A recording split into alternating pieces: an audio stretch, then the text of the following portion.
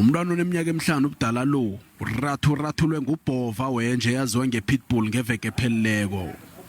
Unina lomntwana usenhlungwini. She's wounded very badly and she's got problem with her lungs. The doctors are still busy with that. I don't know what else is there because they can't tell me everything. As a mother, they need me to be strong.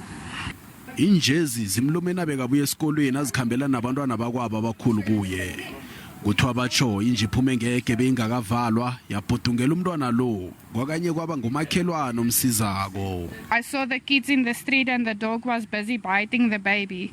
So I ran out with no shoes, nothing, and I went to help her and I went to pick her up where the dog left her, and when I came there the dog wasn't there, but as soon as I went to pick her up he grabbed her from her arms again. I saw blood in her face, her mouth, and her dress was ripped open when I got her off of the ground.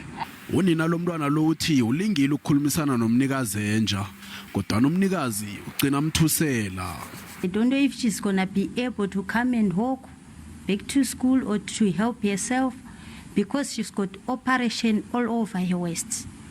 And I don't know about brain, if she's still normal or she's on trauma, because she's always talking about dog. Everything is about dog.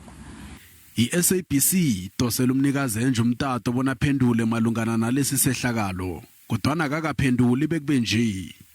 Nakusenjalo ihlangano yamaPitbull enarheni le iphakamisa ukuthi kubekwe imithetho engcono yobunikazi balomhlobo ezinja.